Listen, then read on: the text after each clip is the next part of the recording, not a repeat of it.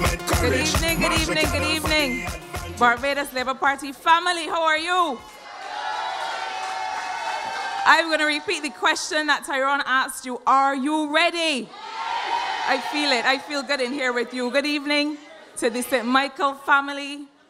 Team St. Michael is ready to serve.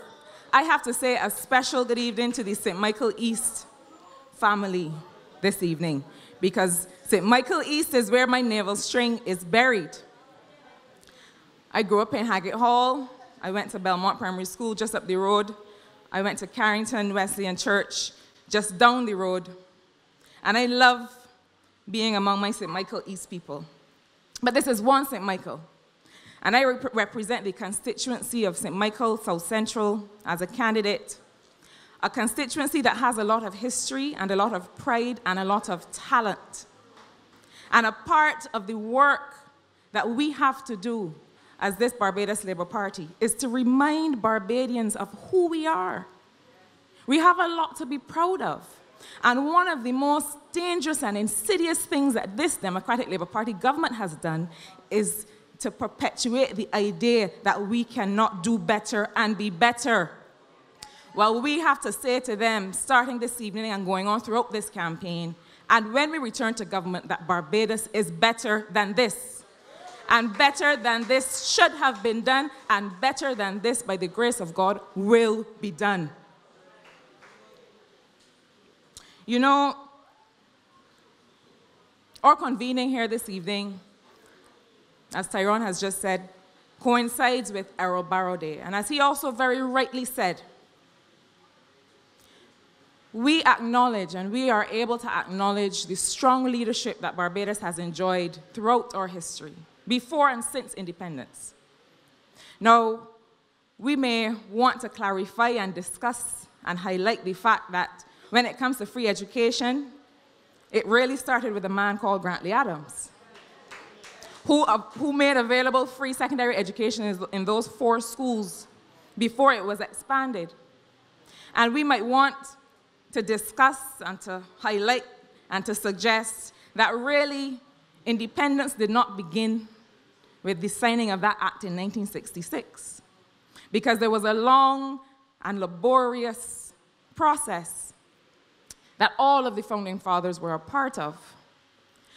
But we do have to acknowledge that Errol Barrow was a true statesman, and that men like Errol Barrow and Grantley Adams and Tom Adams were the founders of this Barbados. But the fact is that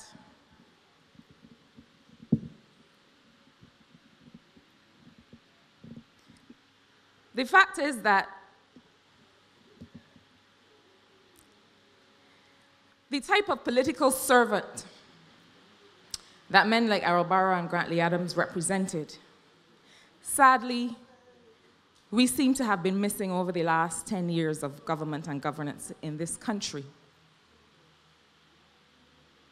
And even while we know that the Democratic Labour Party has presided over some mistakes in the governance that the Barbados Labour Party has had to come and rescue the country from, and we are very good at that, and we are going to do it again. But even as we acknowledge that, we know that Errol Barrow would be ashamed of this Democratic Labour Party. I am ashamed of this government. When I watch what goes on in Parliament, when I watch what goes on, well, what is covered on CBC, because they don't cover us. But when I see what is being held up as a standard of political service, well, the word service cannot even apply, because the only people being served are themselves and their friends. Now, I realize that we, as young candidates, John, we have a particular burden to bear, because we came to this thing to do it different, not so? We came to this thing to do it different. And it does not give me pleasure to point out the immense failings of these individuals. But it has to be done. And it has to be done because we need to keep reminding our young people that this is not the standard to which Barbadians are accustomed.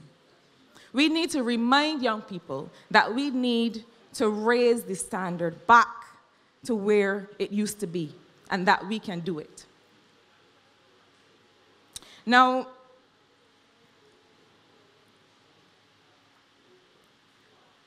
I spoke at the spot meeting in St. Michael's South last night. And I think that one of the things that saddens us that we see across St. Michael, I see it in St. Michael's South Central, and it is the fact that the last 10 years really represent a lost decade in this country's development. And think about what that means. Now, I have worked all over the region for many years. And Barbados has always been held up as this standard of excellence when it comes to how things are done, when it comes to the social safety net and the provision of social services, when it comes to how we care for our people, when it comes to how we acknowledge that our best asset is our people. And it really pains me to go around this region or around this world and to hear people ask, but Marsha, what is happening in Barbados? What is going on over there? And downgrade after downgrade. All we hear are excuses. Well, I guess some people might think that the excuses are a little bit better than the silence because that's what you have to choose from. You either hear terrible excuses or nothing at all. At least when you hear the excuses, you know that somebody's still breathing and still alive over there. But it is an embarrassment. And I will never be ashamed to be a Barbadian, but I am ashamed of the lot that are pretending to represent me and you in Parliament.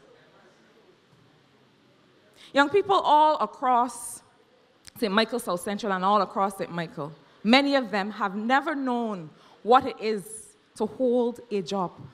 They came of age in a time when opportunity was scarce and is even scarcer now.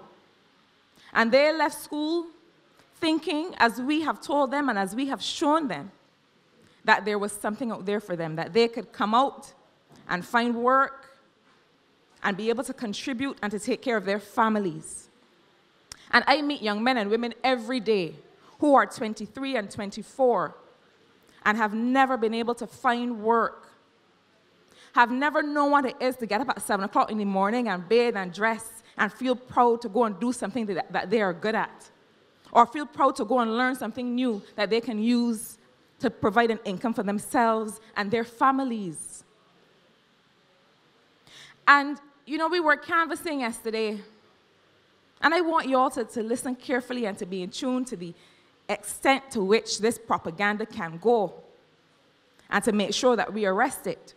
We were canvassing yesterday, and a lady said to me, it don't matter who government is in, because I still got to struggle for myself. It don't matter who government is in, because my daughter still got to go and find work and do for herself. And I said, yes, that is true. But let me tell you what matters. What matters are the policies of that government and whether they provide opportunity. I cannot make you successful, but I can provide you with the opportunity for you to make yourself successful. And that is the difference. Because when I was growing up in Haggett Hall, my parents are here, they will tell you, I never thought for a minute that there was anything I could not be. I even thought I could have been the president of the United States, but I didn't realize that you had to be a citizen.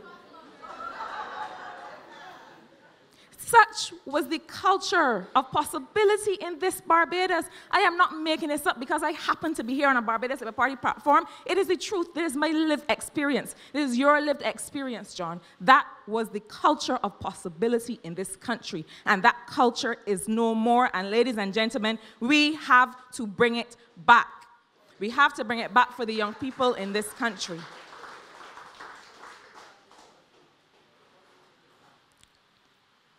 Errol Barrow would have been embarrassed by a Minister of Finance who presided over 7 failed economic plans, who presided over 20 downgrades, and who has 0 clues of how to manage an economy.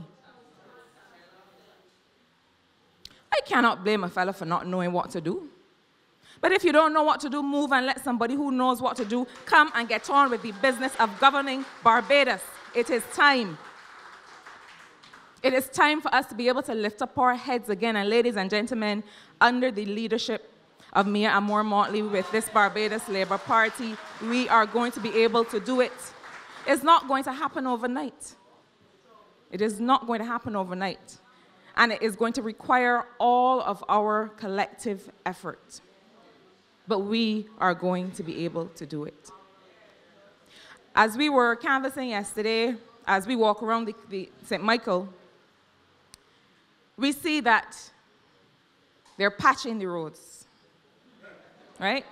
I thought potholes were a transitory inconvenience, so I don't know where they're going to be patched at all. I thought potholes were a test from God, so I wouldn't have thought that they would have been patching them. But they're patching the roads. After years and years and years of Barbadians complaining about how dangerous they have been and they are, how expensive they are, how inconvenient they are to be able to, for traveling back and forth to do your work, to take your children to school, all of a sudden somebody has had an epiphany, oh shoot, we need to patch the roads. But I'm not surprised because this is a patchwork government. That's what they do. They don't come with any foresight to start building bit by bit. They wait till everything crumbles. They wait till the road in St. Joseph fall apart, and then they're going to try and start patching. Well, patching is not going to do it for the electorate in Barbados. Barbadians are above the patching, and they are above whatever might be shared out on election day. That is not going to do it this time, and that is not going to save them. And they're a patchwork government because with the foreign reserves almost completely depleted, they thought that they could try and do a little midnight sale of the Hilton and patch the reserves a little bit. Now, that hasn't quite worked out yet. And every attempt they make, for example, with BNTCL, they thought they could pull another midnight transaction there and try and patch the reserves a little bit. But even if that patching had worked, it would have worked out just like the potholes, because by the morning when you wake up, the pothole is back there again. This is what happens when you don't have any vision. This is what happens when you don't have any plan. Ladies and gentlemen, the Barbados Labour Party has always demonstrated clear vision. Because we are not in the business of playing politics, we are in the business of developing this country.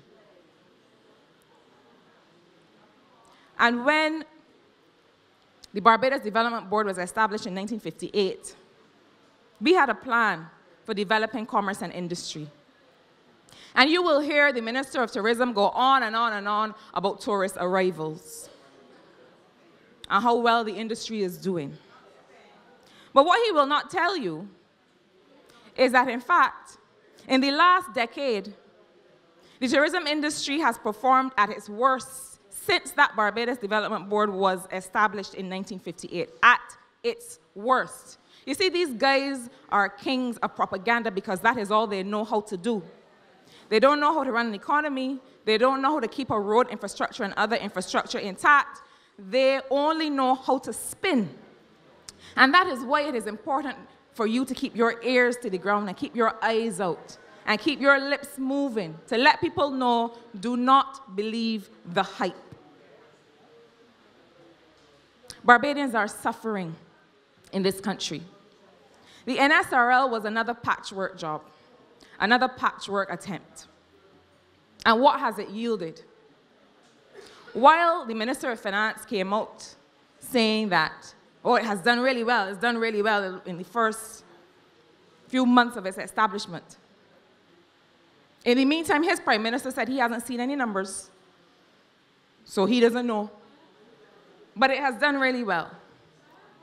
But what it has in fact done is increase food and other commodity prices by as much as 23%. I don't have to come in here to you with percentages because you go to the supermarket. And you know that it is true. And what $50 would have gotten you one time in this country? You can't go in the supermarket with $50 again? And so what do you say? What do you say to a household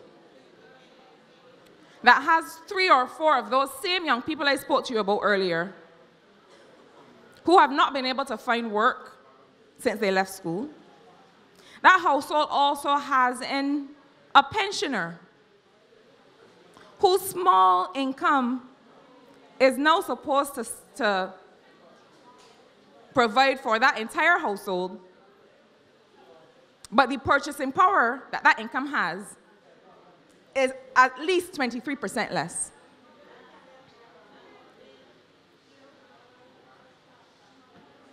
People cannot feed themselves, people cannot clothe themselves, people cannot send their children to school. And I don't care how many schools you rename, if I cannot buy uniforms or food to send them there, all of the fancy names in the world are not going to have these children leave with an education. So stop with the cosmetics and get on with the business of governing a country. The Barbados Labour Party has said and continue to say that when we form the next government, we will repeal the NSRL. It is a bad tax. It does not serve any purpose. It is a nightmare to administer and to collect, and no 4 people at one time can tell you how it is supposed to be collected and what it is supposed to do.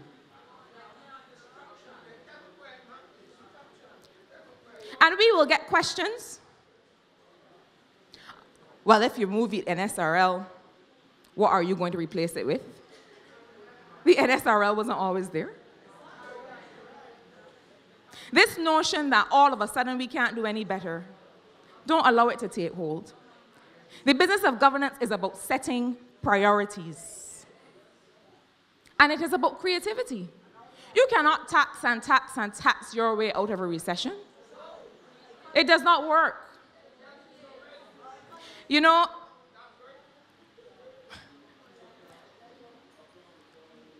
in 2008, when the financial crisis was at its height, I was not here in Barbados.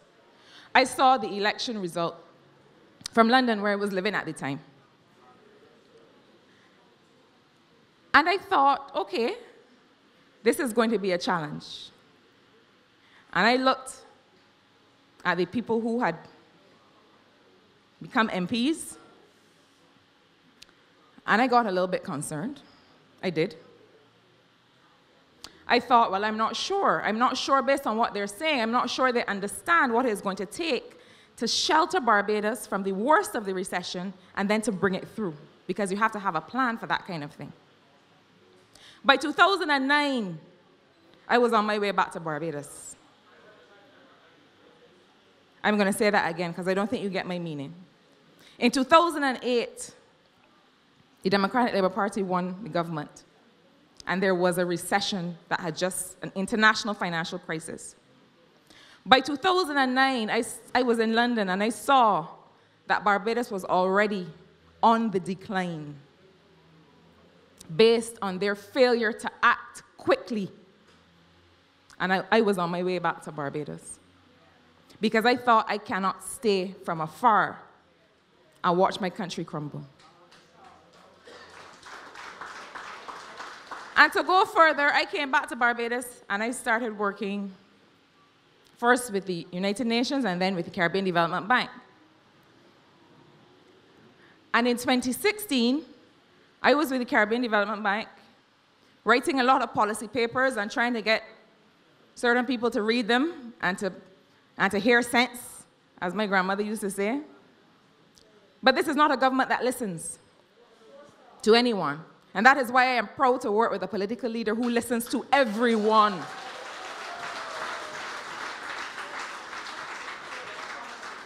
And so, one day sitting there writing one of those papers that nobody would ever read, I looked at what was going on in Barbados. I looked at the fact that even if you just drive around, you don't even have to turn on the TV or turn on the news. Drive around, walk around Barbados, and look at how dirty the country is. Garbage everywhere, rats bigger than this podium in front of me. Right where children are playing. And I go to the Moral Hall. People are doing what Barbadians have always done. They bring out their garbage, neatly tied up, and they put it there to be collected. But obviously, if it is never collected, it is going to pile up, and there are going to be flies. There's going to be, when it rains, there's going to be dirty water running in the street. There are going to be rats. I passed through the Moral Hall in Carnegie Village the other day, and children are playing in that street in front of those rats. Some of the rats bigger than the children. The place is dirty. Look at Bridgetown. Look at the side of the road where we used to at least clean up the side of the road on an ongoing basis, not just to pop up with a debushing program because you know why. Because you think that young people are only as good as debushing programs. I am not going to grudge anybody for making $1. We all have to.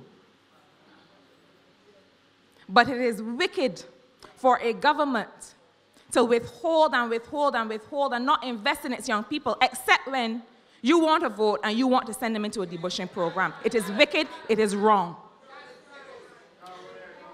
And I was there at the bank and looking around at this situation in Barbados. And I said, but no. I have to get out there with my people and do something about this. Because Barbados is back at the point where we have to get out in communities to do this work. We have to go right back to people's homes and get in there to give them a boost up. The Prime Minister will sit down in his study reading his Plato and Aristotle and want to lecture to Barbadians that we are a welfare state and that we like handouts. Prime Minister, you have created the situation in which Barbadians now have to rely on that again. We were not there. But now we have to go back and nurse people and their households back to a place where we can stand up with pride again. But we are going to do it. Ladies and gentlemen, we are going to do it. I said at the meeting last night that this man, Frandell Stewart, would suggest to explain, would want to explain Mayor Motley. He cannot explain the potholes. He can't explain why the housing unit went up in Valerie and at the Grotto, and not one young man from the area was able to get work on those housing units. The construction sector has contracted $45 million since 2008. There is no work on the streets for young laborers, young masons, young carpenters. All across St. Michael, we have a lot of talented tradespeople who are sitting down on a block. Not because they want to, but because there's nothing out there for them, because everything is for 3 or 4 people who are friends of this government. It's not a secret. Everybody knows it. And everybody will show that they know it on election day when they make the choice about what they think is wrong and what they think is right.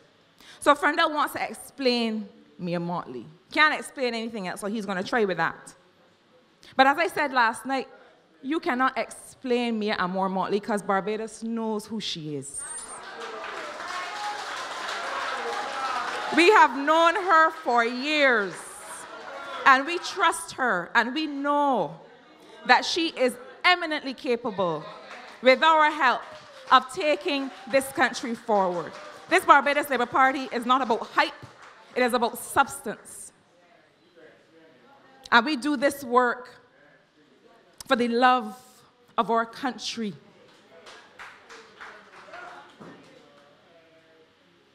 Ladies and gentlemen, I want to remind you that we are still focused and ready. We must all remain focused and ready. We are still all on board because the work is only beginning. And on election day, on election night, when Mayor Motley is declared Prime Minister, and when our team is ready, that is day one of the work that has to be done. It is not going to be done overnight. But as I look around this room, as I walk around Barbados, I know that people are ready for change, correct? People are ready for change.